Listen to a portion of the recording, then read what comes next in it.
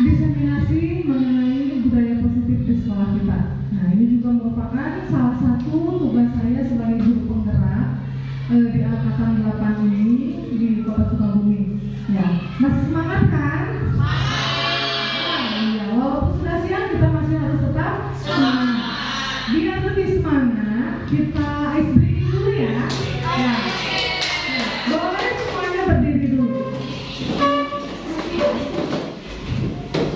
Ya, nanti ikuti ya. Ice breakingnya yang mudah-mudah saja. Nanti kita buka tutup, buka tutup. Tangan ditepuk, tutup. Dua kali ya. Tutup. Tangan ditepuk, digiling, digiling, digiling, digiling. Semua tertawa. Bisa ya? Semangat ya. 1, 2, 3. Buka tutup, buka tutup. Tangan ditepuk, buka tutup, buka tutup. Tangan ditepuk, digiling, digiling, digiling, digiling. Semua tertawa. Digiling, digiling, digiling, digiling. Semua tertawa. Terima kasih, hebat-hebat, masih semangat walaupun sekarang sudah mendekati waktunya istirahat. Ya, pertemuan ini saya akan sedikit memaparkan mengenai budaya positif yang sudah saya dapatkan dalam pendidikan guru penggerak ini. Ya, kemarin saya sudah menyelesaikan modul 1.4 dan pada kesempatan ini izinkan saya sedikit menyampaikan apa yang saya pahami, apa yang saya dapatkan dalam kegiatan pendidikan guru penggerak itu. Sebelum saya lanjutkan ke materi, barangkali ada yang pernah mendengar apa sih budaya positif itu? Siapa yang menurut teman-teman, apa yang ada di benak teman-teman ketika mendengar kata budaya positif? Kegiatan yang bermanfaat, betul Bu Ana. Ada lagi yang lain? Hal-hal yang baik.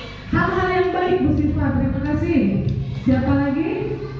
Budaya positif itu apa? Praktik baik.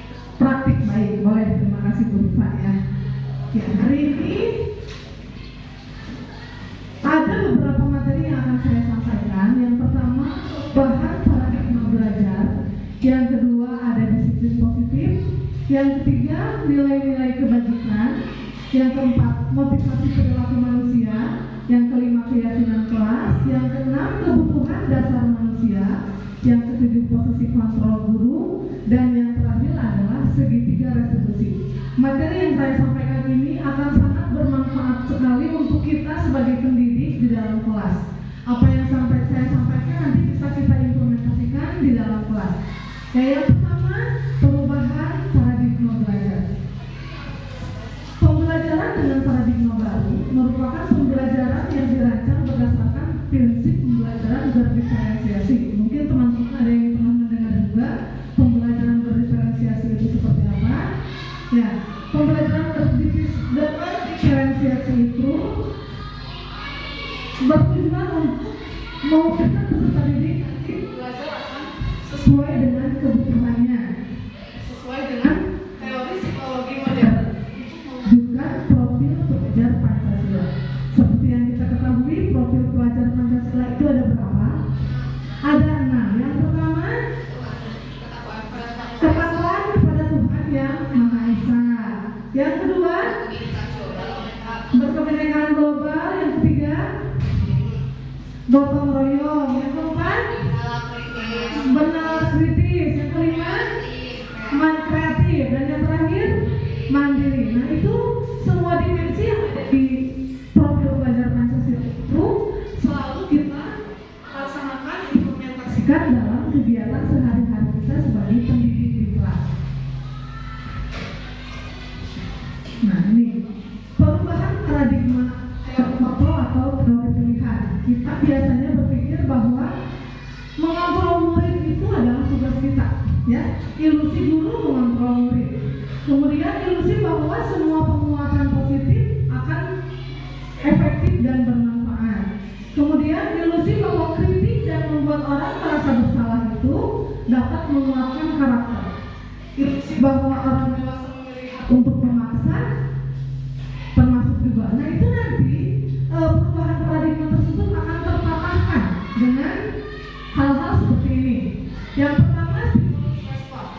Realitas atau kebutuhan kita itu sama, tetapi berdasarkan teori kontrol, kebutuhan setiap orang itu berbeda-beda, ya, disesuaikan dengan kebutuhannya. Jadi tidak bisa disamaratakan.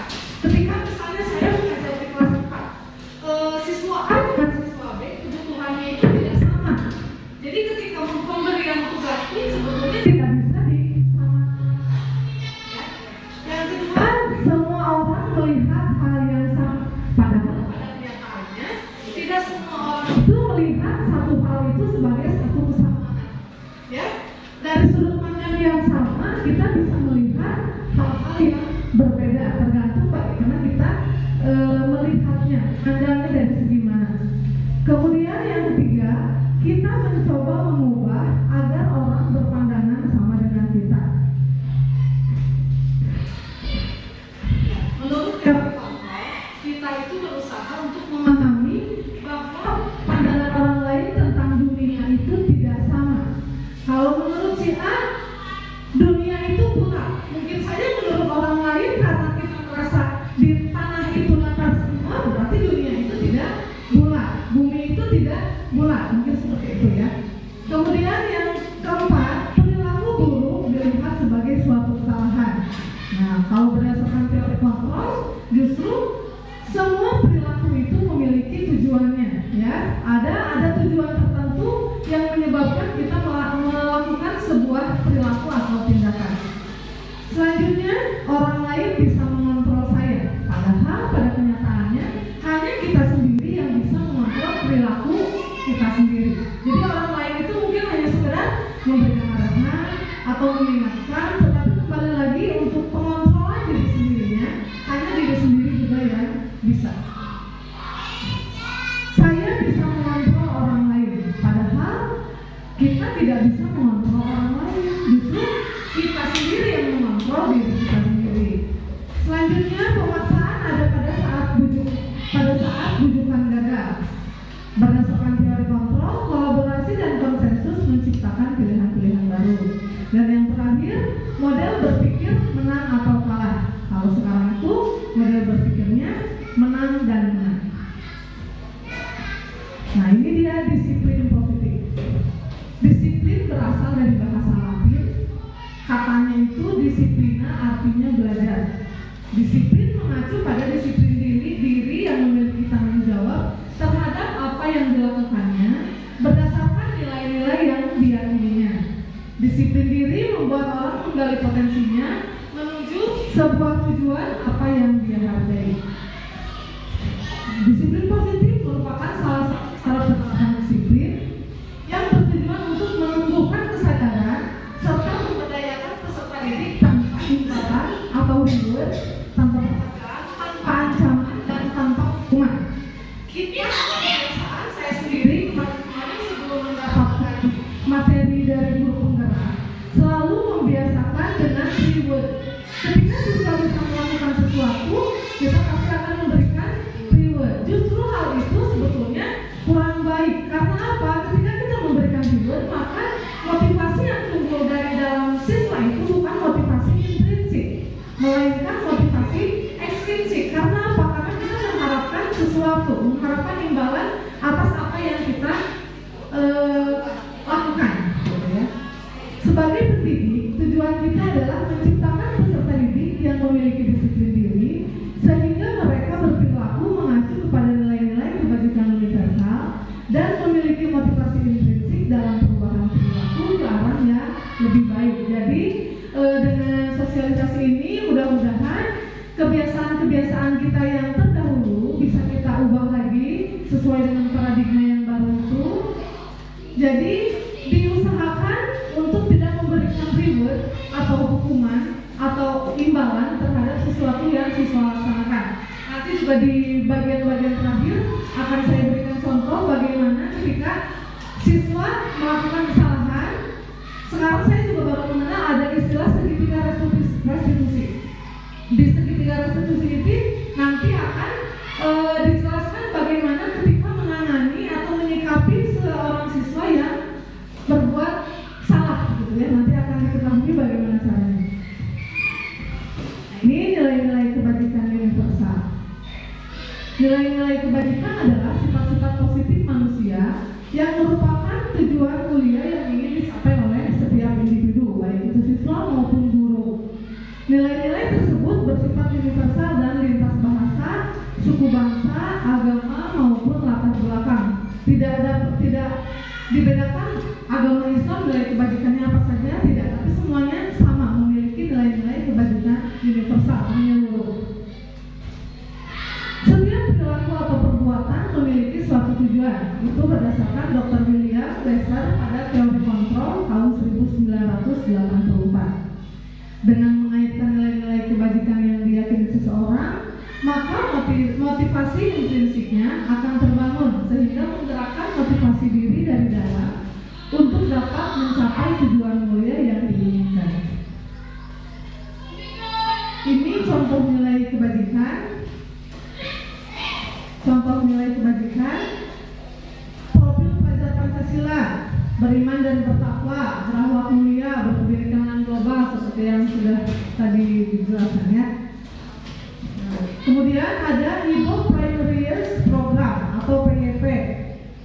Contohnya toleransi, rasa hormat, integritas, mandiri, menghargai, antusias, empati, keingintahuan, kreativitas, kerjasama, percaya diri, dan komitmen. Sedangkan contoh nilai kebajikan berdasarkan keterampilan hidup atau life skill antara lain dapat dipercaya, lurus hati, pendengar yang aktif, tidak merendahkan orang lain, dan memberikan yang terbaik dari diri. Contoh pengakuan apresiasi kebajikan. Pembukanya kemarin saya perhatikan. Nah, nilai kebajikannya rasa empatimu besar sekali. Kemudian situasinya seperti apa? Pada saat menolong murid baru di kelas kita. Misalnya ada murid baru karena mungkin di hari pertama keduanya mereka belum mempunyai teman. Suatu saat muridnya itu terjatuh. Nah, sebagai teman kita bisa berempati, ya, menjadi teman untuk murid baru tersebut. Karena mungkin di awal-awalnya mereka akan kebingungan. Aduh, ini kalau saya ada apa-apa harus ke siapa nih? Gitu. Itulah rasa empati nanti akan kita lakukan. Yang kedua, saya menghargai. Nilai kebajikannya adalah kepedulianmu. Pada saat kamu membantu teman-temanmu di tugas kelompok, jika kita anak-anak kita melaksanakan kerja kelompok, kemudian ada siswa yang belum mengerti, maka kita juga harus peduli terhadap mereka yang tidak mengerti. Jadi kita tidak boleh saya udah bisa sendiri, biarin aja lah yang lain. Mana itu sikap seperti itu harus dibuang jauh-jauh. Kemudian yang ketiga, terima kasih untuk. Nilai kebajikannya rasa tanggung jawab. Pada saat memungut kertas yang dikeluarkan, maka ketika kita melihat siswa atau siapapun yang membuang sampah sembarangan, atau ketika tadi kita literasi ada siswa yang membuang sampah sembarangan, kemudian ada juga siswa yang memiliki kepedulian yang tinggi dengan memungut sampah tersebut dan membuangnya ke tempat sampah, maka kita memberikan ucapan terima kasih kepada siswa tersebut. Selanjutnya yaitu motivasi perilaku manusia. Motivasi itu ada dua. Motivasi perilaku itu ada dua. Yang pertama motivasi intrinsik atau yang keluar dari dalam dirinya sendiri. Yang kedua motivasi ekstrinsik.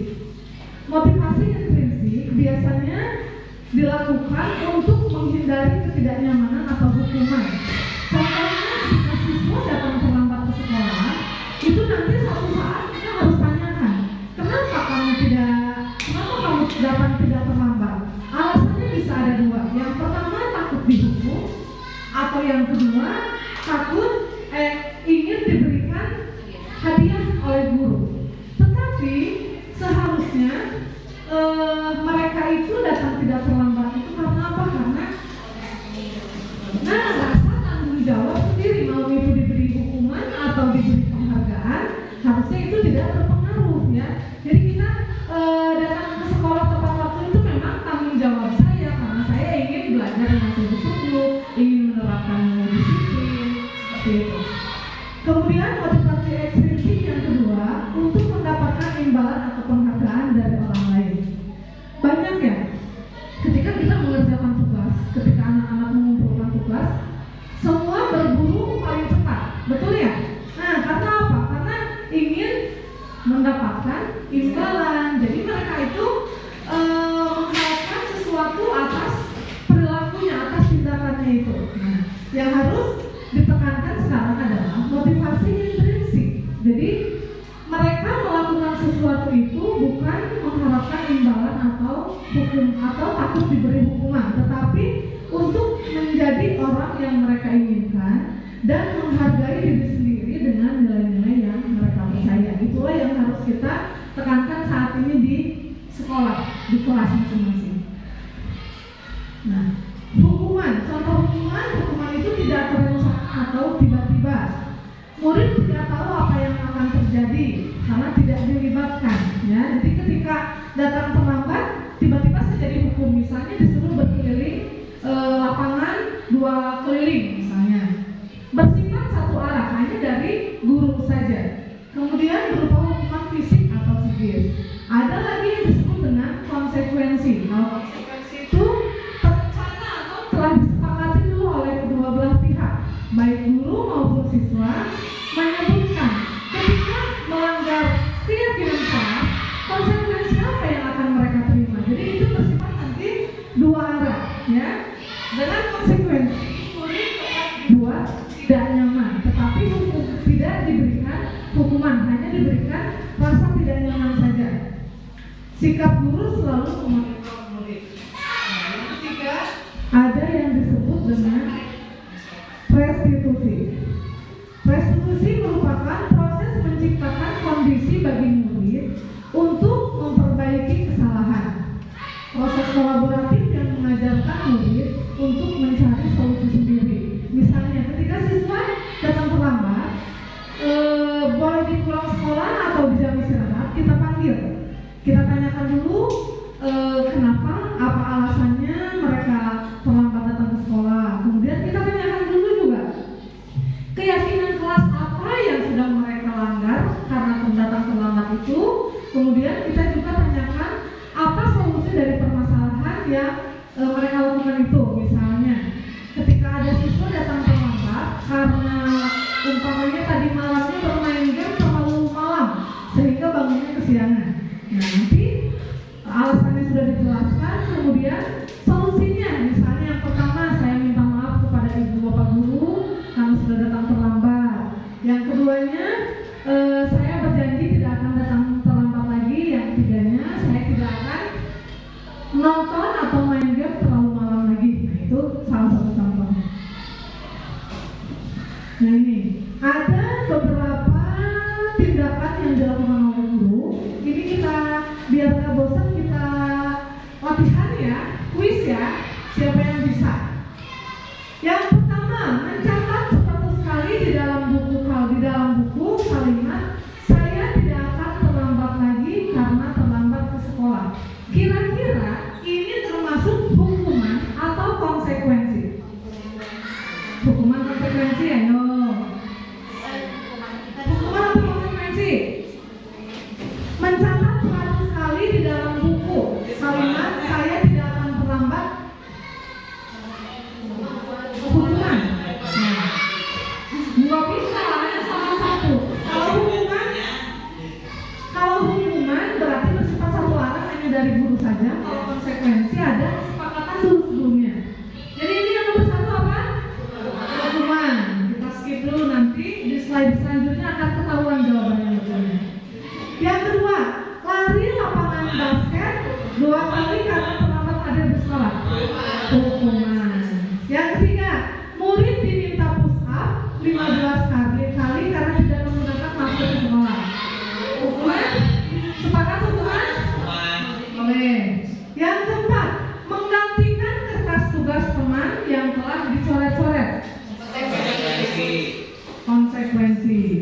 Yang kelima, membersihkan tumpahan air di meja tulis karena tersenggol pada saat belajar. Hebat. Murid disuruh untuk mengenakan sepatu seharian di sekolah karena tidak menggunakan sepatu hitam. Ini murid disuruh melepaskan sepatu seharian. Jadi di sekolah tidak pakai sepatu karena tidak menggunakan sepatu hitam. Jadi suatu hari murid disuruh menggunakan sepatu hitam, tapi ada salah satu murid yang sepatunya umpamanya merah. Nah, diberikan tindakan berupa tidak boleh menggunakan sepatu selama 1 hari itu di sekolah. Berarti termasuk konsekuensi hukuman. Hukuman konsekuensi. Ada yang konsekuensi, ada yang bingung. Hukuman konsekuensi. Kita lihat nanti jawabannya. Satu lagi, lari mengelilingi lapangan basket 2 kali karena terlambat 10 menit untuk pelajaran TJO. Hukuman. Kita lihat jawabannya. Lari mengelilingi lapangan basket itu konsekuensi. Enggak, tadi betul. Menggantikan kertas konsekuensi betul. Membersihkan tumpahan air di meja konsekuensi. Satu lagi yang konsekuensinya adalah lari mengelilingi lapangan. Kalau sepatu itu hukuman karena tidak sesuai dengan keyakinan sekolah. Ya. Kita nggak tahu keyakinan pasal karena Ya, betul. Nanti akan saya jelaskan juga mengenai keyakinan kelas dan keyakinan sekolah. Nah, ini perbedaan hukuman dan konsekuensi. Dari beberapa kasus tadi, kita bisa menyimpulkan bahwa hukuman itu adalah sesuatu yang menyakitkan yang harus terjadi, membuat anak sakit baik itu fisik maupun hati untuk jangka waktu yang lama. Anak juga nanti akan membenci kedisiplinan. Kemudian hukuman itu merupakan paksaan, mau tidak mau, karena kita melanggar keyakinan yang sudah disepakati, maka akan dipaksa untuk menerima hukuman tersebut. Kemudian mendorong anak menyakiti dirinya sendiri, konsep diri yang buruk, anak belajar untuk menyembunyikan kesalahan, marah, merasa bersalah, dipermalukan, dan merasa tidak dihargai. Ya, dengan ada hukuman, banyak sekali dampak yang akan diterima oleh siswa. Makanya mulai hari ini stop memberikan hukuman. Ya, lebih baik kita munculkan motivasi intrinsik yang ada di dalam diri siswanya. Kemudian konsekuensi. Konsekuensi itu sesuatu yang harus terjadi, tapi membuat anak merasa tidak nyaman dalam waktu yang pendek saja. Kalau hukuman itu dalam waktu yang panjang, kalau konsekuensi hanya dalam waktu yang pendek saja. Anak dibuat merasa tidak nyaman, bukan merasakan sakit baik fisik ataupun hati. Kemudian anak nanti akan menghargai disiplin. Ya, dengan konsekuensi anak akan menghargai disiplin karena sudah disepakati dulu sebelumnya. Jika kita seperti ini, maka akan seperti apa? Kemudian stimulus atau tanggapan, nanti akan ada tanggapannya ketika anak seperti ini, maka akan apa? Kemudian mendorong anak untuk menyesuaikan diri, konsep dirinya baik, anak juga akan belajar untuk mematuhi peraturan. Anak akan kehilangan hak, dibuat tidak nyaman, dan diasingkan untuk sementara. Itu perbedaan hukuman dan konsekuensinya. Jadi sudah lebih jelas mungkin ya, hukuman dan konsekuensi itu seperti apa perbedaan. Nah, ketika anak dihukum oleh penghargaan, ada dampak yang akan diterima. Ya, misalnya, ayo buang sampahnya, nanti yang membuang sampah akan diberi bintang umpamanya. Yang hal-hal yang kecil saja pun akan berdampak. Karena apa? Ini salah satu dampak yang diterima oleh siswa jika mereka diberikan selalu penghargaan. Yang pertama akan berpengaruh pada jangka pendek dan jangka panjang. Mereka akan kebiasaan. Aku mau biar aja dapat hadiah. Ya, karena ada sesuatu yang diharapkan. Kemudian penghargaan itu bersifat menghukum. Kemudian penghargaan juga mengurangi ketepatan, penghargaan tidak efektif, dan penghargaan juga merusak hubungan, karena ada ketika siswa lain tidak mendapatkan penghargaan, tidak mendapatkan hadiah, maka disadari atau tidak dari dalam diri siswa tersebut akan timbul kecemburuan, iri. Kenapa sih itu terus yang dapat hadiah sedangkan aku tidak? Gitu ya. Jadi dihukum oleh penghargaan juga akan memberikan dampak yang kurang baik. Nah, selanjutnya kita akan ke restitusi. Apa itu restitusi? Restitusi adalah proses menciptakan kondisi bagi murid untuk memperbaiki kesalahan mereka, sehingga mereka bisa kembali pada kelompok mereka dengan karakter yang lebih kuat.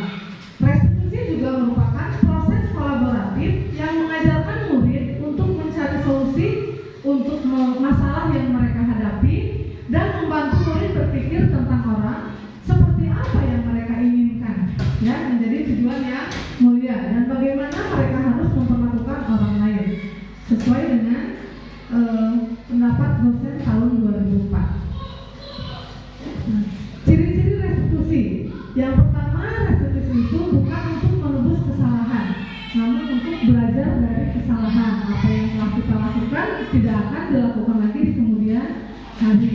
Yang kedua, untuk memperbaiki hubungan. Yang ketiga, restitusi itu merupakan tawaran, bukan paksaan. Kalau hukuman paksaan, mau tidak mau harus melakukan. Kalau restitusi masih tawaran. Yang keempat, restitusi menuntut untuk melihat ke dalam diri. Yang kelima, restitusi mencari kebutuhan dasar yang mendasari tindakan kita. Restitusi diri adalah cara yang paling baik. Restitusi itu fokus pada karakter, bukan pada tindakannya. Jadi yang kita fokuskan itu pada perubahan karakter peserta didiknya. Restitusi juga fokus pada solusi, bukan untuk mencari siapa yang benar, siapa yang salah, tetapi apa yang bisa kita lakukan untuk memperbaiki kesalahan tersebut. Kemudian restitusi mengembalikan murid yang berbuat salah pada kelompoknya. Jadi setelah mereka memperbaiki apa yang dilakukannya, apa kesalahannya, maka mereka akan kembali lagi ke tempatnya, ke kelompoknya dengan karakter yang lebih kuat lagi, dengan sudah menyadari apa yang salah yang telah dilakukan. Ada identitas gagal. Identitas gagal itu contoh hukuman. Jadi ketika kita memberikan hukuman, maka yang kita lakukan itu identitas gagal. Contohnya, sesuatu yang menyakitkan harus terjadi. Ketika kita diberi hukuman, maka mau tidak mau orang yang mendapatkan hukuman itu akan merasakan sakit, ya, merasakan sakit, mau itu sakit hati ataupun sakit fisik. Kemudian tidak nyaman untuk murid atau anak dalam waktu yang sangat panjang. Apa yang mereka alami itu akan terus diputar dalam memorinya, bahkan mungkin sampai mereka keluar dari SD sampai SMP. Oh iya, saya dulu pernah dihukum seperti ini. Akan terus kena di hatinya, membekas dalam hatinya. Kemudian korban juga akan mendapatkan keadilan. Murid akan tersakiti, ya, akan tersakiti. Perilaku pasif atau agresifnya akan meningkat, ya. Sistem tidak akan berjalan bila murid tidak takut. Jadi kalau ditakut-takuti terus, sistem di sekolah kita itu tidak akan berjalan dengan baik, karena ketika kita berbicara sesuatu yang mereka inginkan itu akan dihukum. Oh ini, oh itu. Jadi sistemnya itu tidak akan berjalan dengan baik. Kemudian berlaku hanya pada sebuah institusi, tidak berlanjut pada kehidupan nyata. Sekarang dihukum, pas yang berkabung lima, pas itu deh, ya kembali lagi ke semula. Jadi tidak ada motivasi dalam dirinya itu untuk memperbaiki kesalahannya tersebut. Tidak ada keinginan untuk tidak mengulanginya lagi. Kemudian peraturannya adalah kamu harus titik. Misalnya kamu harus datang pagi-pagi, kamu harus membuang sampah pada tempatnya. Nah, kalau sekarang tidak seperti itu. Kalau dulu itu peraturan dibuat oleh satu pihak, kalau sekarang keyakinan kelas dibuat oleh kedua belah pihak. Siswa dan guru sama-sama membuat. Jadi mereka akan tahu ketika tidak melaksanakan konsep keyakinan kelas yang A,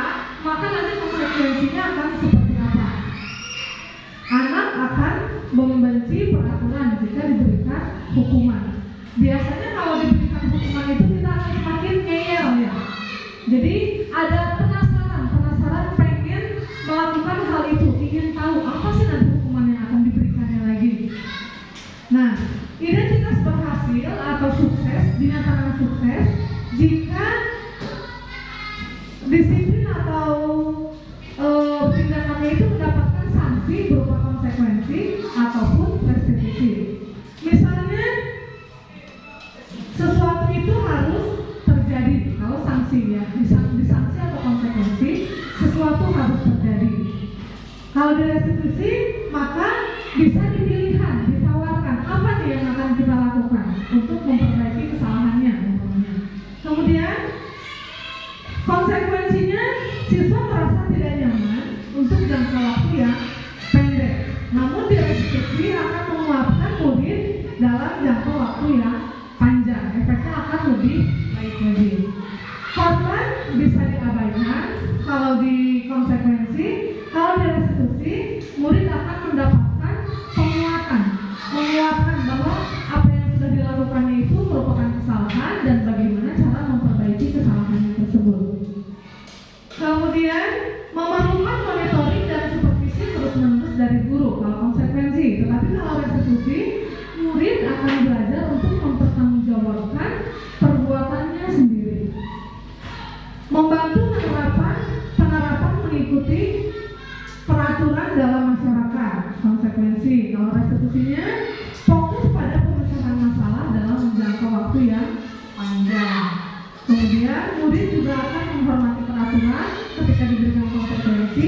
Sedangkan ketika kita melakukan restitusi, maka murid akan belajar menghargai diri sendiri dan orang lain.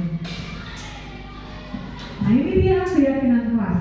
Kalau kemarin adanya peraturan kelas, maka sekarang ini lebih ditekankan pada keyakinan kelas. Ketika peraturan kelas itu yang membuatnya hanya guru, misalnya tidak boleh buang sampah sembarangan, tidak boleh berisik ketika jam pelajaran. Nah, kalau sekarang keyakinan kelas itu dibuat oleh bersama-sama oleh dua belah pihak, baik oleh guru maupun oleh siswa. Siswa menyebutkan dulu keinginan mereka seperti apa, misalnya, Bu, jangan makan sambil belajar, misalnya. Nah, nanti kita bisa buat keyakinan kelasnya seperti apa. Misalnya, kalau di keyakinan kelas diusahakan kalimatnya itu tidak mengandung kalimat negatif, tidak ada kata tidak atau jangan atau tidak boleh. Diusahakan kalimat-kalimat yang positif. Misalnya, anak-anak mengajukan tidak boleh membuang sampah sembarangan. Di keyakinan kelasnya kita bisa ganti menjadi membuang sampah pada tempatnya. Ada yang bisa menyebutkan lagi contoh keyakinan kelas, misalnya datang tepat waktu, betul sekali. Ada lagi? Menggunakan seragam sesuai dengan keyakinan sekolah. Ada lagi yang lain? Mungkin di kelas yang lain juga sudah membuat keyakinan kelas ya? Sudah? Ya, yang dulu boleh untuk segera membuat keyakinan kelas. Untuk apa? Agar anak-anak itu mengetahui apa saja yang boleh dan yang tidak boleh dilakukan oleh mereka ketika di dalam kelas. Boleh nanti dibuatkan di karton atau mau di banner sederhana juga boleh. Jadi ketika masuk atau keluar mereka tahu ini nih keyakinan kelas yang sudah kita sepakati. Mengapa keyakinan kelas? Mengapa tidak peraturan kelas lagi saja? Nah, mengapa kita memiliki peraturan tentang penggunaan helm pada saat mengendarai kendaraan roda 2? Jawabannya apa? Biasanya untuk keselamatan. Atau ada juga karena takut ditilang sama polisi. Nah, itu. Kemungkinan jawabannya adalah untuk keselamatan. Tapi kalau anak-anak ditanya itu kenapa nggak pakai helm? Doang polisi. Mengapa kita memiliki peraturan tentang penggunaan masker dan mencuci tangan saat makan? Jawabannya apa? Biar tidak ketularan atau biar tidak terkena virus corona. Ya, kalau kemarin seperti itu. Padahal jawaban yang lebih tepatnya itu adalah untuk menjaga kesehatan atau keselamatan diri dan juga orang lain. Nilai-nilai keselamatan atau kesehatan inilah yang kita sebut sebagai suatu keyakinan, yaitu nilai-nilai kebajikan universal yang telah disepakati secara tersirat maupun tersurat. Lepas itu dari latar belakang suku, agama, negara, bangsa, dan lain sebagainya, seperti yang sudah disampaikan sebelumnya ya, tentang nilai-nilai kebajikan, bahwa keyakinan seseorang akan memotivasi dari dalam dirinya. Seseorang akan lebih tergerak dan bersemangat untuk menjalankan keyakinannya daripada hanya sekedar mengikuti serangkaian peraturan kelas saja. Murid-murid pun demikian. Mereka perlu mendengarkan dan memahami arti yang sesungguhnya tentang peraturan-peraturan yang diberikan, apa nilai kebajikannya, apa tujuannya, apa yang menjadi daya tariknya, kemudian apa yang mereka takutkan sehingga mereka itu melakukan hanya sekedar menuntaskan kewajibannya saja tanpa memahami tujuan yang ingin dicapai. Pembentukan keyakinan sekolah atau keyakinan kelas. Keyakinan kelas bersifat lebih abstrak daripada peraturan yang lebih rinci dan konkret.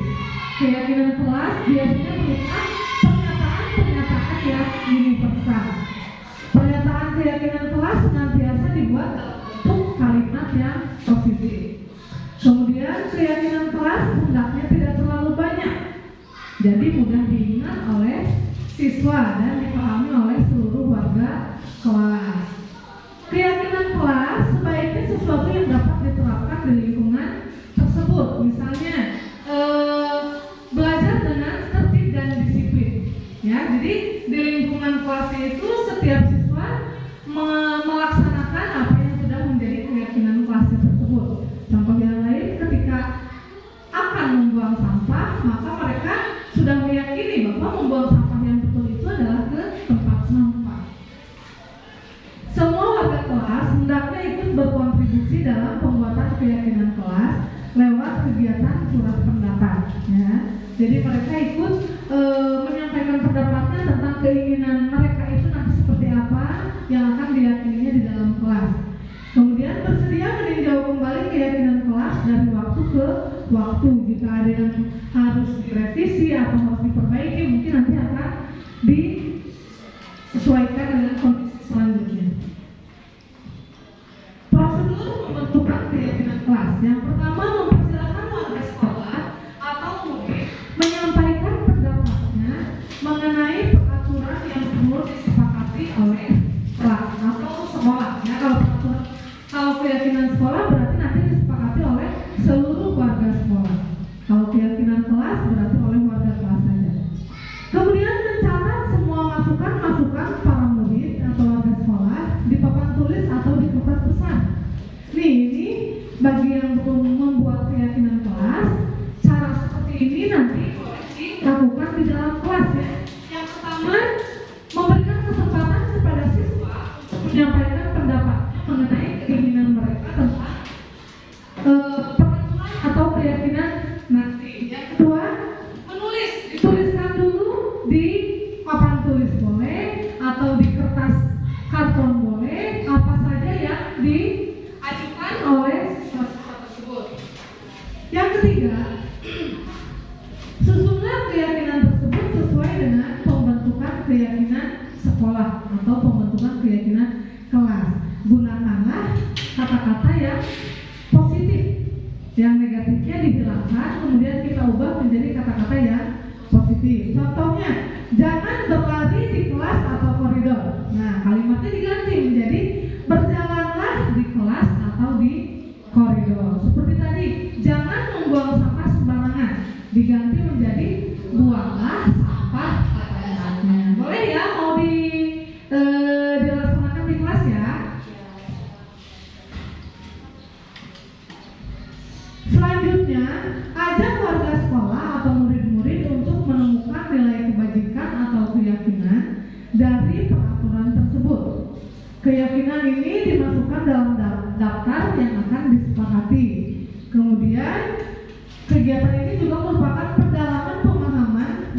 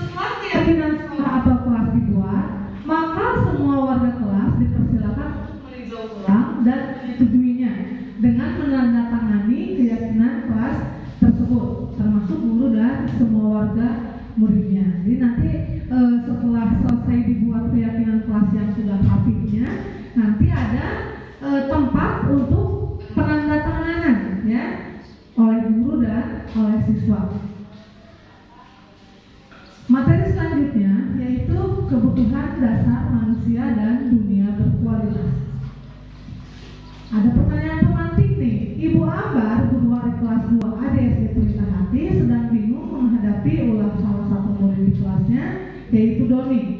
Beberapa anak di kelas 2A telah datang padanya dan mengeluhkan Doni yang seringkali meminta bekal makan siang mereka dengan paksa. Jika Anda menghadapi situasi seperti Ibu Ambar, apa yang akan Anda lakukan? Menurut Anda, kira-kira apa alasan Doni melakukan hal itu? Siapa yang akan bantu saya menjawab? Kira-kira apa yang akan dilakukan oleh Ibu Ambar? Bu Ana? Melakukan diskusi seperti apa? Ibu anaknya kenapa sampai minta ke dunia atau memaksa minta, terus kita coba konsen juga sama keluarganya. Kita lihat dulu kehidupan takutnya si anak ini minta ke temannya karena dia gak punya bekal. Kan kita nggak tahu ya ada Ya, itu. betul. Nanti setelah itu baru kita kasih penguatan ke si Doni tersebut. Gak boleh kayak gitu. Berarti kalau misalnya punya uang bawa bekal dari rumah atau misalnya menyediakan bekal dari kita sendiri untuk kita sisihkan pada Doni. Terima kasih Bu Ana, betul sekali ya. Ya, itu salah satu yang bisa dilakukan oleh Ibu Ambar. Atau ada yang punya pendapat lain barangkali? Pernah tidak? Kita hukum saja karena Doni sudah seperti itu, dihukum. Ada tidak? Tidak ya, tidak boleh ya. Kita sebagai seorang guru sebaiknya mengidentifikasi dulu apa alasan yang dilakukan oleh siswa tersebut sehingga melakukan hal seperti itu. Kemudian betul kita berdiskusi, berkolaborasi dengan orang tuanya untuk mengetahui apa alasannya, apa latar belakang siswa tersebut seperti itu. Terima kasih Bu Ana. Nah, ini 5 kebutuhan dasar manusia. Yang pertama ada kesenangan, ada cinta dan kasih sayang, kebebasan, penguasaan, dan satu lagi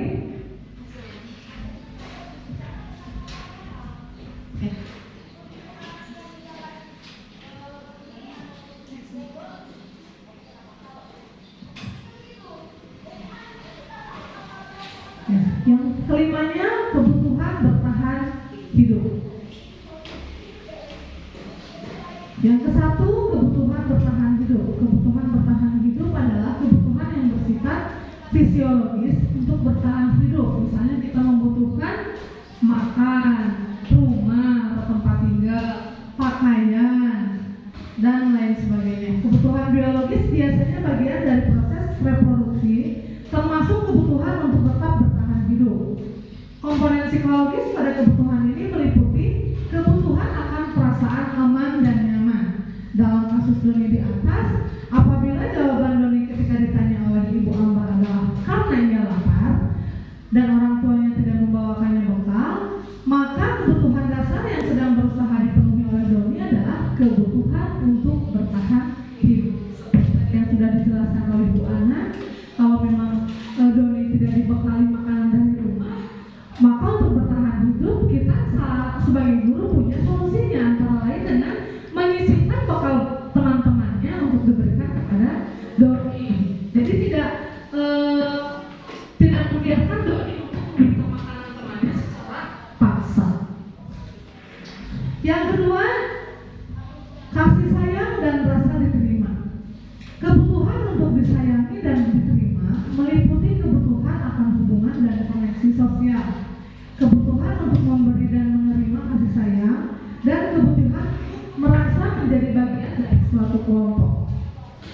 Anak-anak yang memiliki kebutuhan dasar kasih sayang dan rasa diterima yang tinggi biasanya ingin disukai dan diterima oleh lingkungannya. Mereka juga akrab dengan orang tuanya. Biasanya mereka belajar karena suka pada gurunya. Nah, bagi mereka teman sebaya sangatlah penting. Mereka juga biasanya suka bekerja dengan kelompoknya. Jadi mereka karena tak kenal maka tak sayang. Nah, jadi ketika mereka sudah merasa sayang, mereka akan nyaman dengan lingkungannya, dengan gurunya nyaman, dengan teman-temannya nyaman. Yang ketiga, kebutuhan penguasaan. Kebutuhan ini berhubungan dengan kekuatan untuk mencapai sesuatu, menjadi kompeten, menjadi terampil, diakui atas prestasi dan keterampilan kita, didengarkan dan memiliki rasa harga diri. Anak-anak yang memiliki kebutuhan dasar akan menguasai biasanya selalu ingin menjadi pemimpin. Ya, mereka juga suka mengamati sebelum mencoba hal-hal yang baru, dan mereka akan kecewa bila mereka melakukan kesalahannya. Mereka juga biasanya rapi dan sistematik dan selalu ingin mencapai yang terbaik. Pengalaman saya tahun kemarin, ketika saya memberikan soal latihan kepada siswa, kemudian ada satu siswa yang memang biasanya itu selalu unggul, ketika kemarin itu kurang konsentrasi atau ceroboh mungkin, ada kesalahan, dia sampai menangis dan kecewa karena hasilnya tidak sesuai dengan yang diharapkan. Nah itu contoh dalam kebutuhan dasar penguasaan. Walaupun mereka sudah menguasai, tapi ada kalanya kita itu bukan lupa ya, apa yang namanya? Teledor. Ya, itu teledor. Yang keempat, kebutuhan untuk bebas, yaitu kebutuhan akan kemandirian, otonomi, memiliki pilihan, dan mampu mengendalikan arah hidup seseorang. Anak-anak dengan kebutuhan kebebasan yang tidak menginginkan pilihan, mereka perlu banyak bergerak atau biasanya suka mencoba-coba, tidak terlalu terpengaruh orang lain dan senang mencoba hal-hal yang baru. Kemarin juga saya pernah mendengar ada salah satu kasus siswa itu ketika sedang, bukan di sini ya, ketika sedang jam pelajaran, mereka di kelas itu tidur ya, di kelasnya itu tidur. Kadang kalau tidak tidur, ketika dia suruh mengerjakan tugas di papan tulis, mereka hanya diam saja sambil bengong, kadang lari-lari. Nah itu mereka itu belum menguasai kebutuhan dalam kebebasan. Padahal mereka seharusnya tahu di mana saatnya kita harus tidur, kapan saatnya kita harus lari-lari, kapan saatnya kita harus bermain. Jadi mereka belum bisa menempatkan sesuai dengan kondisinya, sesuai dengan kebutuhannya. Yang kelima, kesenangan. Kebutuhan akan kesenangan adalah kebutuhan untuk mencari kesenangan, bermain, dan tertawa. Anak-anak dengan kebutuhan dasar kesenangan yang tinggi biasanya akan menikmati apa yang mereka lakukan. Mereka juga bisa berkonsentrasi tinggi terhadap hal-hal yang mereka senangi. Misalnya kalau ada satu siswa yang menyukai menggambar, maka ketika pelajaran menggambar mereka akan sangat bersemangat. Ketika siswa menyukai pelajaran olahraga, maka pelajaran olahraga sangat semangat, dan ketika pelajaran yang lain akan loyo, ya, lemes gitu, tidak semangat. Nah, ada hal yang perlu diingat. Semua orang senantiasa berusaha untuk memenuhi kebutuhannya dengan berbagai cara. Bila mereka tidak bisa mendapatkan kebutuhannya dengan cara yang positif, maka ada kemungkinan mereka melanggar peraturan atau hal-hal yang tidak sesuai dengan nilai-nilai kebajikan. Apakah konsep 5 kebutuhan dasar hanya berlaku bagi anak-anak? Tidak. Ya. Kebutuhan dasar tidak hanya berlaku bagi anak-anak, tapi juga berlaku untuk semua manusia dewasa. Dalam setting sekolah adalah para tenaga pendidik dan tenaga kependidikan. Dapatkah Anda memprediksi kira-kira guru mana yang memiliki kebutuhan dasar yang tinggi akan penguasaan, kebebasan, kesenangan, atau kasih sayang dan rasa yang diterima? Apa yang dapat dilakukan oleh seorang pemimpin sekolah berdasarkan 5 konsep dasar kebutuhan ini dalam rangka mewujudkan lingkungan dan budaya positif di sekolah? Ya, kita coba kenali diri kita. Ini materinya, dulu saya belum masukkan ke slide, di situ saja ya. Selanjutnya kita akan ke materi restitusi 5 posisi kontrol. Jadi kita sebagai guru itu punya 5 posisi kontrol ya. Yang pertama, kita lihat dulu ada pertanyaan pematiknya. Kasus yang pertama, Tisa dan Hana dipanggil masuk ke ruangan Ibu Dewi, Kepala Sekolah SMA Makmur. Ibu Dewi baru saja mendapatkan pengaduan dari Ibunda Tisa bahwa Hana menggunakan kata-kata kasar dan merendah-rendahkan Tisa Kasus yang kedua, Anta jarang sekali hadir di pembelajaran jarak jauh, dan pada saat hadir pun Anta seringkali menggunakan kata-kata kasar di kolom chat dan mengejek teman-temannya. Hal ini sudah sangat mengganggu, dan beberapa orang tua murid yang mengikuti pembelajaran daring juga mengeluhkan tentang perilaku Anta di pembelajaran daring tersebut. Posisi kontrol kita ada 5. Yang pertama sebagai penghukum, yang kedua sebagai pembuat rasa bersalah, yang ketiga sebagai teman, yang keempat pemantau, yang kelima sebagai manajer. Nah, jika Bapak Ibu ada di posisi guru dengan 2 kasus yang tadi, saya bisa minta tolong salah seorang untuk kira-kira posisi kontrol apa yang akan Ibu laksanakan, apa yang akan Ibu lakukan terhadap 2 kasus tersebut. Ya, kasus yang pertama kita ulangi lagi. Tisa dan Hana dipanggil masuk ke ruangan Ibu Dewi mendapatkan pengajuan. Siapa yang bisa ikut membantu saya untuk menjawab kasus nomor 1? Posisi kontrol guru seperti apa jika Bapak Ibu berada di posisi sebagai Ibu Hana, sebagai Ibu Tisa, sebagai Ibu Dewi ya, sebagai Ibu Dewi.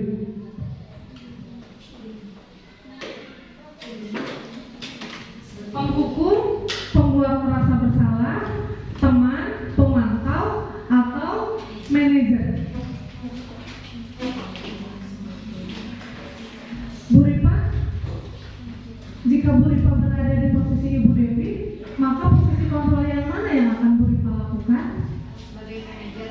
Sebagai manajer. Kenapa sebagai manajer? Dikarenakan mengontrol Hana agar tidak memberikan nasihat-nasihat untuk tidak melakukan atau tidak berkata kasar. Ya, bagus sekali. Adakah yang berada di posisi kontrol sebagai penghukum, Pak Jenny? Kalau di posisi penghukum, kira-kira seperti apa yang akan Pak Jenny lakukan? Hukum antara manajer dan ini ya, anak ya.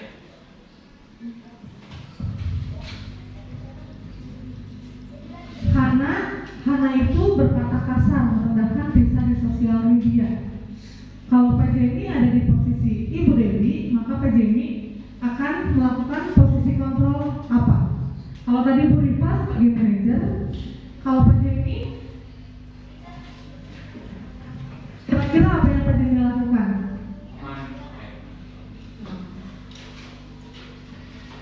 Sebagai pemantau. Sebagai pemantau. Contohnya seperti apa? Pemantau kan artinya memantau anak tersebut agar tidak melakukan perkataan yang kasar tadi. Sehingga ada hubungannya dengan mungkin nantinya menasihati. Jadi ke manajer juga ya. Ya, jadi posisi yang lebih tepatnya memang kita sebagai manajer.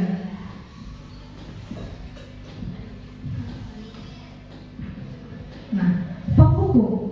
Seorang penghukum bisa menggunakan hukuman fisik ataupun melalui kata-kata verbal.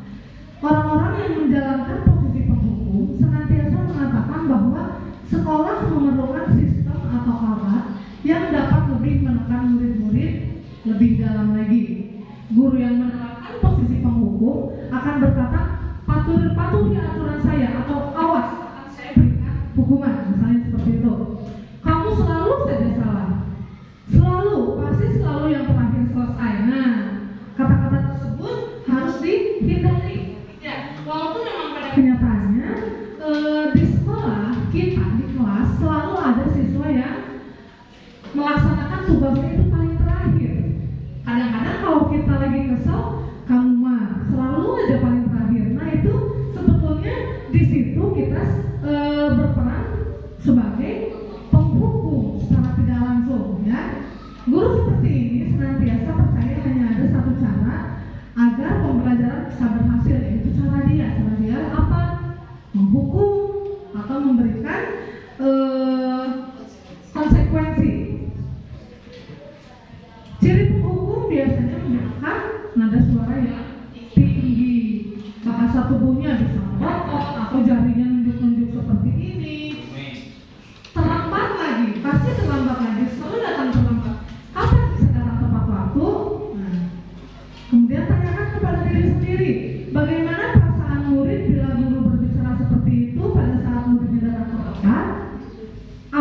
yang kita rasakan ketika seandainya kita menjadi seorang murid, kemudian kita datang terlambat masuk sekolah di seperti itu tanpa oleh guru, maka apa yang kita rasakan? Sakit hati, sedih, kecewa. Ya, akhirnya nanti akan timbul dari dalam diri rasa benci, yang benci terhadap dendam. Betul sekali, akan dendam. Nah, hasilnya kemungkinan murid akan marah dan dendam atau bersifat agresif. Bisa jadi sesudah duduk kembali, murid tersebut akan mencoret-coret bukunya atau meja tulisnya karena saking kesalnya melampiaskannya pada meja atau buku tulisnya. Atau yang lebih buruknya lagi, sepulang sekolah, murid akan melihat motor atau mobil bapak ibu gurunya udah dicoret-coret. Mudah-mudahan di kita tidak ada yang seperti itu ya.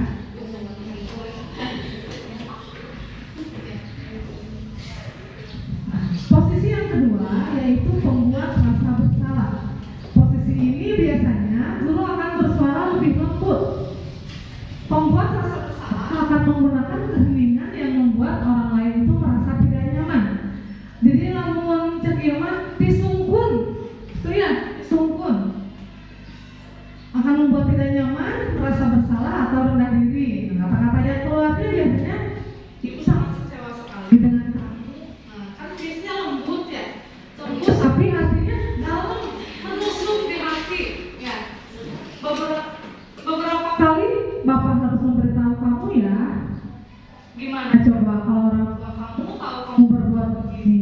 Nah, kan sebetulnya kata-katanya pelan, tapi tujuannya maknanya dalam banget. Gitu.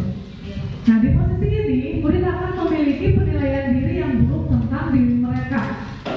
Merasa bahwa kita itu tidak berguna, tidak bermanfaat, ya, tidak berharga dan telah mengecewakan orang-orang yang mereka sayangi, yang disayanginya.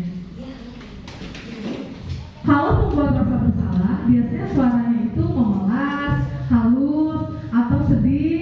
Bahasa tubuhnya bisa merapat pada anak, sambil lesu, sambil nunduk, sambil pura-pura bersedih, begitu ya. Adik, kamu ini bagaimana ya? Kamu sudah berjanji dengan ibu tidak akan terlambat lagi. Kamu kenapa ya? Senang sekali mengecewakan ibu.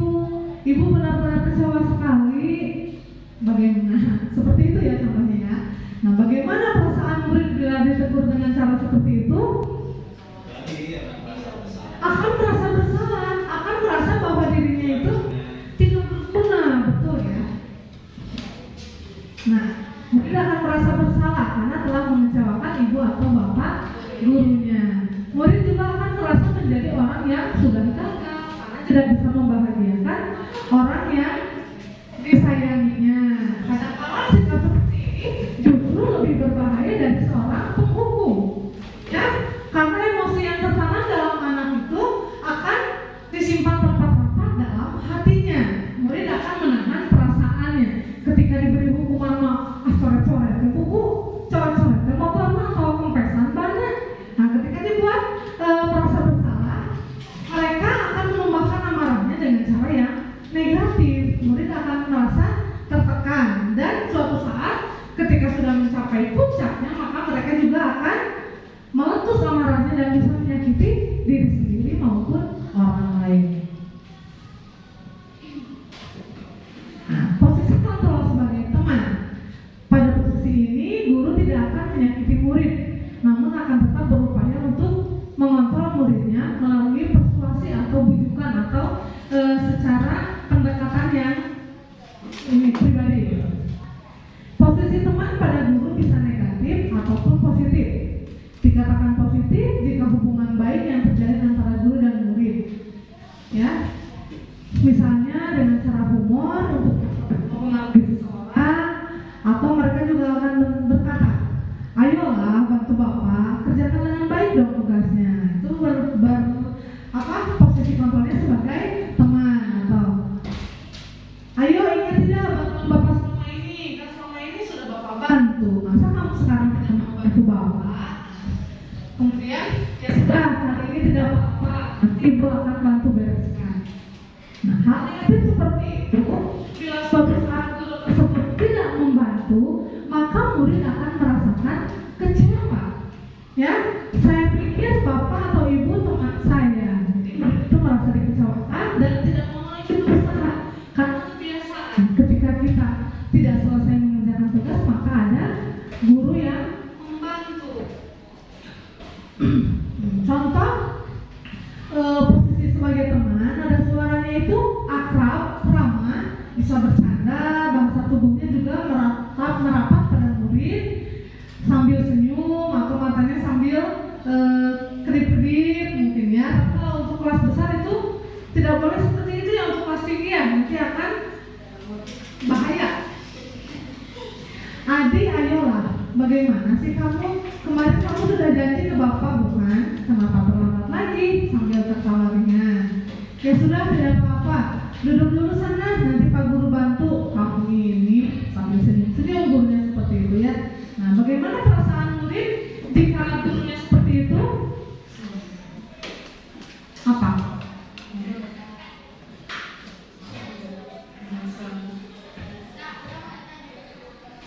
Ya, murid akan merasa senang dan akrab dengan guru. Itu dampak positifnya. Tapi di sisi negatifnya, murid akan ketergantungan terhadap guru tersebut. Ya, bila ada masalah, maka dia akan mengandalkan guru untuk menyelesaikan masalah tersebut. Akibat lainnya yaitu adik hanya akan berbuat sesuatu bila yang menyuruhnya guru, dan belum tentu berlaku dengan guru yang lain. Kalau misalkan saya menyuruh, kemudian anggaplah di kelas saya itu Nabil, ya, Nabil hanya menurut kepada saya karena saya sudah memposisikannya sebagai teman. Ketika pelajaran mistiki, karena bukan saya, jadi Nabil itu tidak mau mengikuti apa yang diinstruksikan atau disampaikan oleh mistiki. Nah, ini yang keempat, posisi sebagai pemantau. Memantau artinya mengawasi. Pada saat kita mengawasi, maka kita bertanggung jawab atas perilaku orang-orang yang kita awasi. Posisi memantau berdasarkan pada peraturan-peraturan dan konsekuensi. Dengan menggunakan saksi atau konsekuensi, kita dapat memisahkan hubungan pribadi kita dengan murid. Sebagai seseorang yang menjalankan posisi pemantau, pertanyaan yang bisa kita ajukan antara lain, peraturannya apa? Terus apa yang telah kamu lakukan? Sanksi atau konsekuensinya apa? Nah, seorang pemantau sangat mengandalkan perhitungan, catatan ataupun data yang dapat digunakan sebagai bukti atas perilaku seseorang. Posisi ini akan menggunakan stiker, slip catatan atau daftar cek, ya, berawal dari teori stimulus respon yang menunjukkan tanggung jawab guru dalam kalau pemantau, nada suaranya nanti datar, bahasa tubuhnya juga normal, biasa-biasa saja. Ini contoh ada percakapan antara Adi dengan gurunya.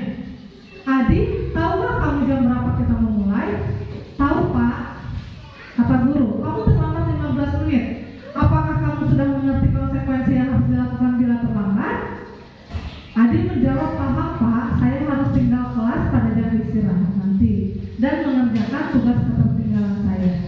Ya benar, pada saat jam istirahat, kamu harus tinggal di kelas untuk menyelesaikan tugas yang tertinggal tadi. Saya tunggu. Bagaimana perasaan murid yang diperlakukan seperti ini? Hasilnya, murid memahami konsekuensi yang harus dijalankan karena telah melanggar salah satu peraturan sekolah. Guru tidak menunjukkan emosi yang berlebihan, tidak marah ataupun tidak membuat murid menjadi merasa bersalah. Murid hanya dibuat merasa tidak nyaman saja, yaitu dengan harus tinggal di kelas pada saat jam istirahatnya. Ketika teman-temannya yang lain beristirahat, maka orang yang melakukan kesalahan tersebut tetap diam di dalam kelas sendirian, dan itu akan membuat tidak nyaman. Guru tetap harus memantau murid pada saat mengerjakan tugas di jam istirahat, ya. Walaupun kita sudah menyuruhnya untuk diam di kelas, tapi tetap kita harus memantaunya dengan cara tidak meninggalkannya. Jadi tugas kita bertambah lagi karena murid tidak bisa ditinggal seorang diri. Nah, yang terakhir yaitu sebagai manajer, posisi di mana guru berbuat sesuatu bersama dengan murid. mempertanggungjawabkan perilakunya, mendukung murid agar dapat menemukan solusi atas permasalahannya sendiri. Bila kita menginginkan murid yang menjadi manusia yang merdeka, mandiri dan bertanggung jawab, maka kita perlu mengacu pada restitusi yang dapat menjadikan murid kita sebagai manajer bagi dirinya sendiri. Murid diajak untuk menganalisis kebutuhan dirinya maupun kebutuhan orang lain. Nah, di sini ditekankan pada kemampuan membuat konsekuensinya, tetapi pada kolaborasi mengenai bagaimana cara memperbaiki kesalahan yang telah diperbuat. Tugas seorang manajer bukan mengatur perilaku seorang, tapi kita membimbing murid untuk dapat mengatur dirinya sendiri. Bisa jadi dalam praktik penerapan disiplin itu kita akan menjadi posisi teman atau pemantau, karena murid yang ditangani belum siap untuk diajak berdiskusi.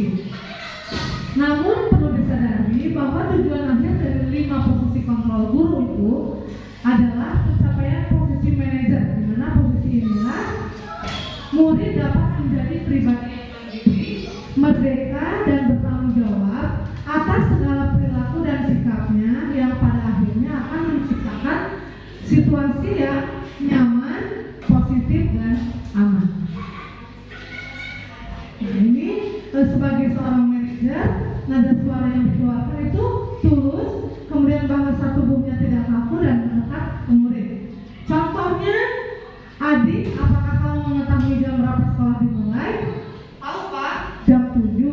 Ya, jadi kamu terlambat.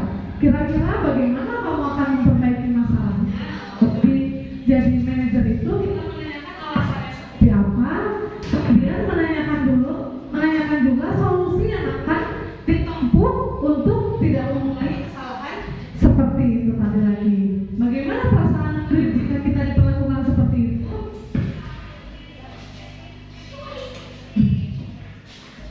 Ya, jika kita diperlakukan seperti itu, maka murid akan merasa nyaman, tidak akan merasa bahwa dirinya sebagai pembuat masalah.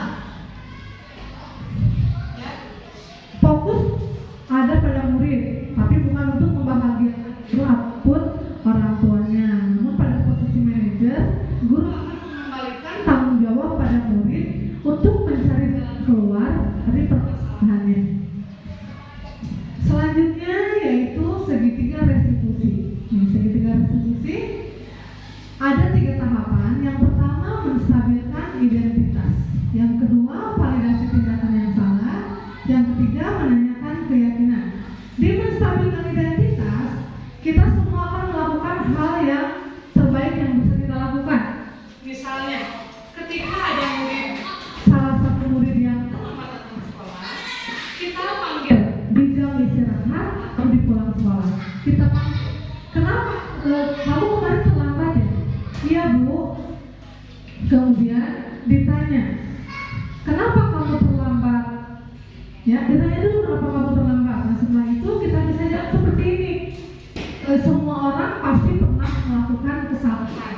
Begitupun ibu, sebagai guru, ibu juga pasti melakukan kesalahan. Itu maksudnya dalam menstabilkan identitas. Ya, kemudian validasi tindakan salah. Semua perilaku memiliki alasannya.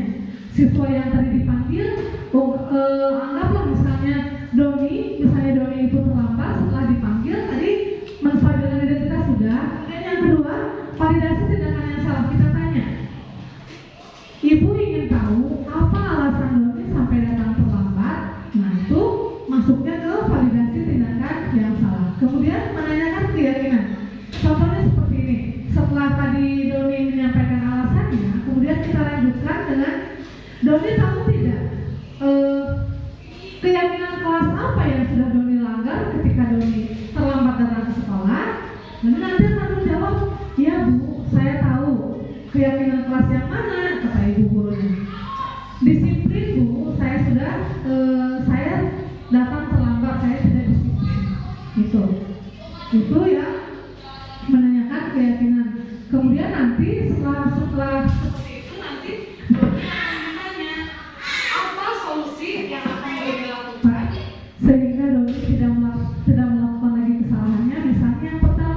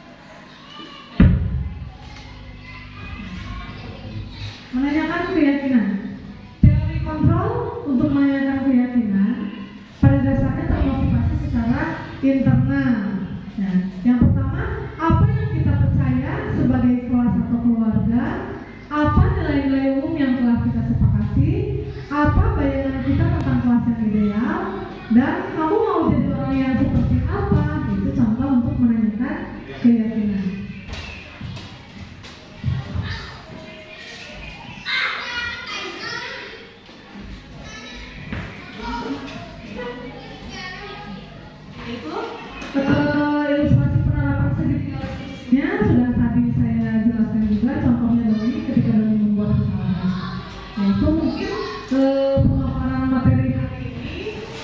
Sebelum kita lanjutkan ke bahasan selanjutnya, barangkali dari sekian banyak materi yang sudah saya sampaikan, ada yang bisa kita diskusikan atau ada yang mau ditanyakan, maka silakan saya beri kesempatan.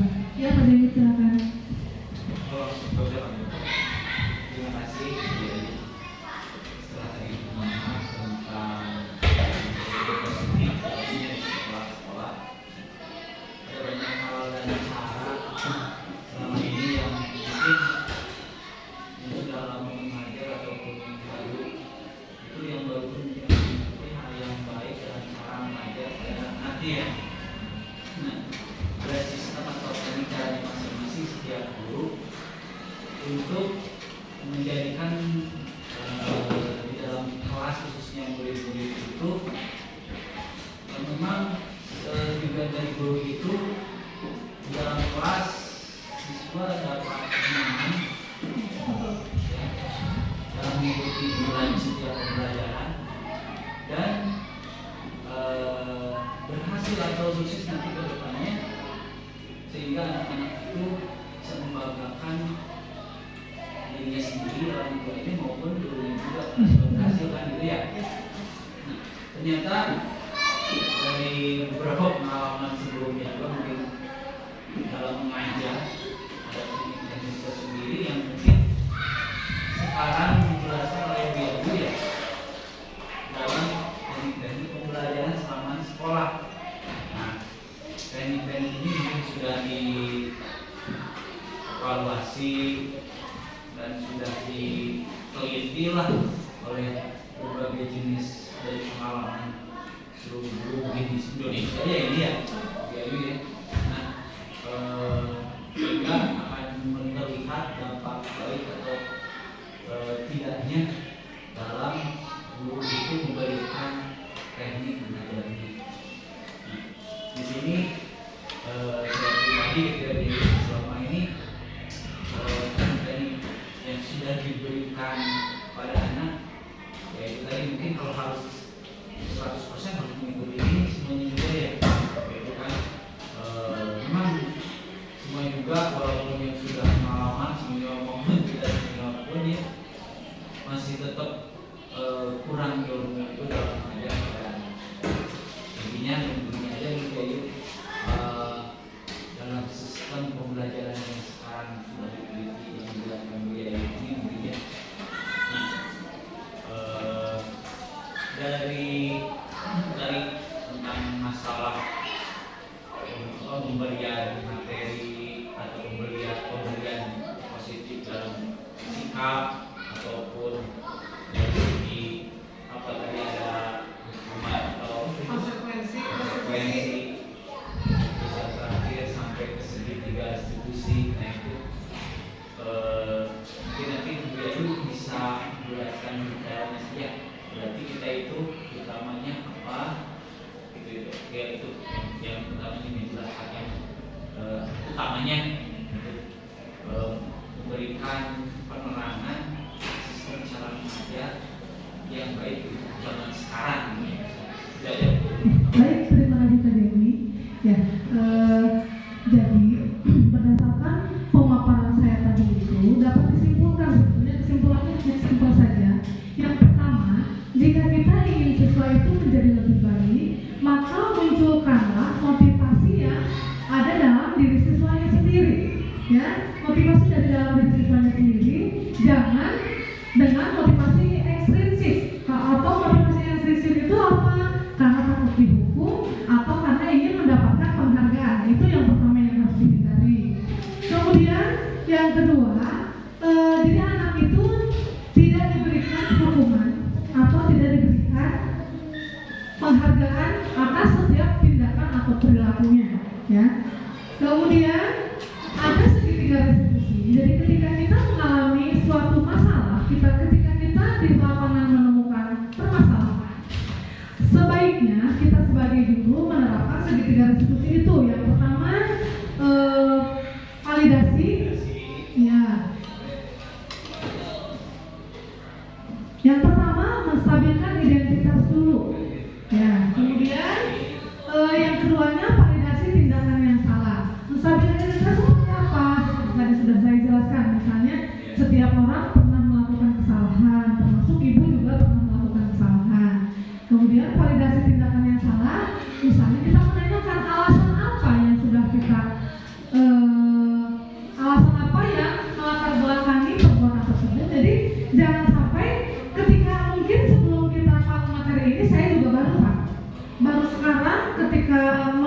mengikuti pendidikan guru penggerak, ilmu ini baru saya dapatkan.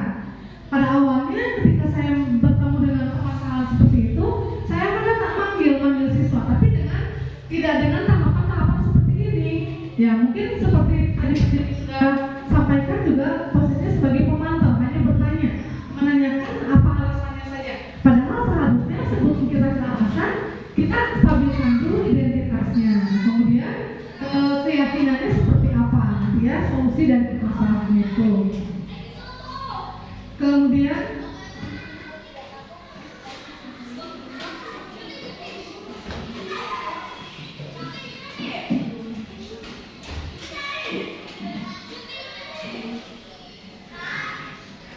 posisi guru, ya, posisi guru ada 5 posisi guru.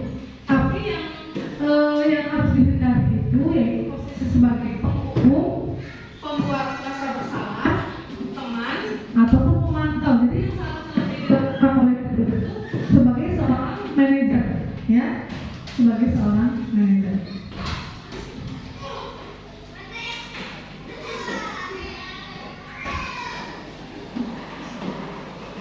Nah, untuk keyakinan kelas. Jadi berdasarkan pemahaman saya yang baru dapatkan juga, jadi ketika kita dulu membuat peraturan kelas, maka sekarang kita membuatnya keyakinan kelas. Kalau peraturan kelas itu dibuat oleh satu pihak saja, oleh guru, maka sekarang libatkan siswa untuk sama-sama membuat agar apa yang mereka yakini itu bisa mereka laksanakan, bisa mereka lakukan di kelas dan akan menjadi budaya positif. Itu mungkin Pak Jenny yang bisa saya sampaikan. Sudah cukup? Barangkali ada yang lain lagi yang mau memberikan tanggapannya atau bertanya, atau kita diskusi saja ya, karena materinya sudah selesai. Barangkali di kelas teman-teman menemukan kasus-kasus seperti apa, mungkin kita bisa cari solusinya sama-sama. Maksudnya begini, Bu Dewi tadi ini, jadi ada 5 kontrol sebagai Guru, kan, kontrolnya ada penghukum, pembuat merasa bersalah, teman, pemantau, satu lagi dan sebagai manajer. kalau kita hanya penghukum saja kan tadi di posisi sebagai penghukum itu tidak baik kan? Ya betul, Sebagai pembuat rasa bersalah juga tidak baik. betul. Teman Kurang baik juga. Ya. Mantau dan sebagai, berarti yang harus kita lakukan sebagai leader. Betul. Jadi ketika kita sebagai manajer, maka kita akan bersama-sama dengan siswa untuk memperbaiki kesalahan yang sudah dilakukannya. Jadi tidak dengan menghukum, tidak dengan membuat mereka merasa bersalah, tapi sama-sama mencari solusinya. Itu berarti kontrol kita itu harus kontrol kontrol itu yang diutamakan untuk sekarang mas sebagai leader. Nah betul. Saya balik tanya, posisi Pak Jenny sekarang di mana? Bervariasi. Bervariasi. Pernah menjadi penghukum juga? Pernah. Pernah. Pernah. Sebagai pemain juga pernah. Nah. Dan setelah dijelaskan Bu Dewi, ya memang ada sisi negatif positifnya juga. Jadi yang paling bagus sebagai Ya betul. Ada pencerahannya? ya, Betul kan? Ya, Kemarin kita, ya betul, ilmu baru, betul sekali. Saya juga sama merasa bahwa ini ilmu baru, makanya saya bilang materinya lumayan menarik juga gitu. Karena apa yang sudah kita laksanakan asal itu, kita nggak tahu nih konsep sebetulnya itu seperti apa gitu. Ternyata setelah ada guru penggerak ini, saya juga tahu bahwa posisi kontrol kita itu seperti apa, dan sekarang kita ada di posisi yang mana. Kalau yang teman sebetulnya baik, tapi nanti ada negatifnya juga. Mereka akan ketergantungan dengan apa yang kita lakukan gitu. Terima kasih Pak Jenny. Ada lagi kita? Masih kalau ada sekarang di kelas yang baru ya, anak-anak tuh masih belum terkontrol dari bicaranya, jadi masih ada yang pasal, masih harus sering dijelaskan. Nah itulah fungsinya keyakinan kelas. Ya, jadi nanti setelah membuat keyakinan kelas, mereka akan selalu ingat bahwa berkata kasar itu tidak baik gitu. Akan selalu ingat dengan apa yang sudah mereka sepakati. Terima kasih Bu Sita. Ada lagi mangga yang lain?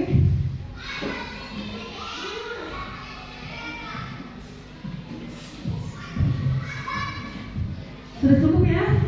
Ya, baik. Sebetulnya tadi tanggapan dari Pak Jemi itu sekaligus merupakan kesimpulan materi hari ini juga, jadi tidak perlu disimpulkan lagi ya.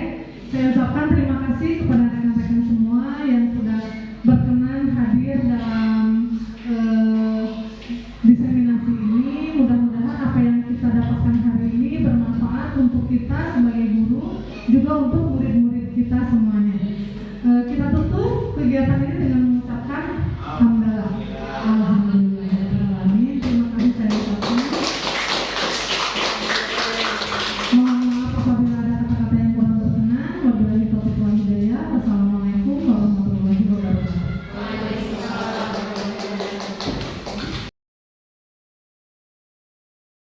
Assalamualaikum warahmatullahi wabarakatuh. Saya Gina Damayanti, guru kelas 4 di SDN Dewi Sartika Cipta Bina Mandiri.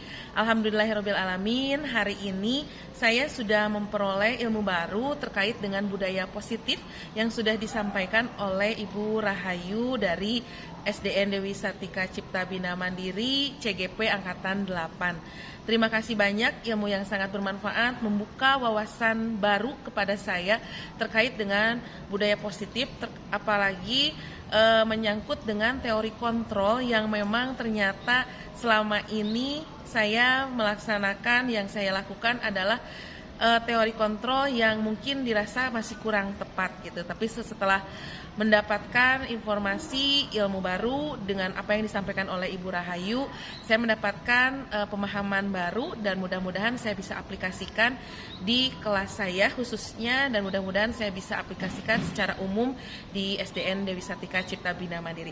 Terima kasih Ibu Rahayu. Wassalamualaikum warahmatullahi wabarakatuh.